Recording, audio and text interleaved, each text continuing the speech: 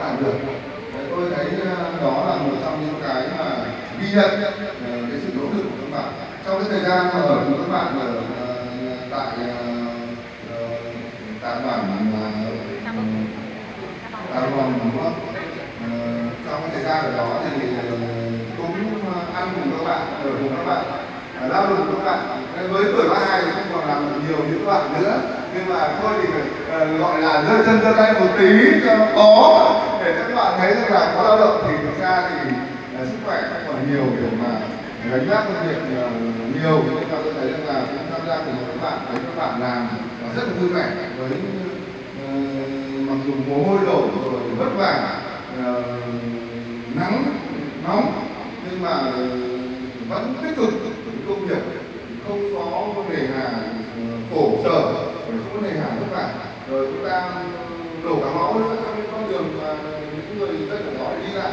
Tôi thấy rằng đó là những cảm giác thực sự là có cả, nhưng mà đó là sự thực chúng ta đã làm được những cái điều mà bản thân những người dân ở đó cũng đâu. Đấy. Tôi thực sự là qua cái thời gian ở đó mọi người cũng không tin là tôi có thể lên trên đó ở được vài ngày trên đó đâu, vì tôi chưa bao giờ đi xa thì đi nhiều, nhưng mà đi về cái hướng đấy thì chưa bao giờ đi cả. chỉ có đi về hướng trung tâm thôi, chứ còn đi về hướng vùng núi thì chưa bao giờ. Đấy, thì thực sự đây là một cái lần mà có một kỷ niệm khó quên. Đấy, tôi hy vọng là trong cái thời gian sắp tới tôi cũng sẽ vẫn cùng sát cánh cùng các bạn. Có thể chúng ta không có sức thì chúng ta có công, chúng ta có của, đúng không ạ? Chúng ta giúp đỡ mọi người cũng được, không sao cả. Các bạn có trẻ, có sức lực, các bạn có thể giúp được mọi người thì các bạn thay mặt cho những nhà tài trợ, thay mặt cho mọi người để mang đến những người dân nghèo, rồi giúp đỡ tất cả mọi người ở đó. Ở đó thì thấy là các đội của ta cũng rất là kinh khủng, nào đội bếp, đội hậu cần này, đội tuyên truyền này, đội báo chí này, còn cái đội gì mà các bạn voi quản lý nhỉ?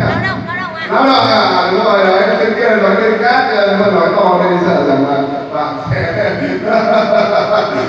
tôi hôm nay rất là vui mừng được tham gia cùng với lễ tổng kết. Tôi xin cảm ơn đã mời tôi đến, và mong chúc các bạn mạnh khỏe, chúc tổ chức tiếp tục thực hiện những cái công việc trong thời gian sắp tới tốt và nhiều hơn nữa. Xin cảm ơn.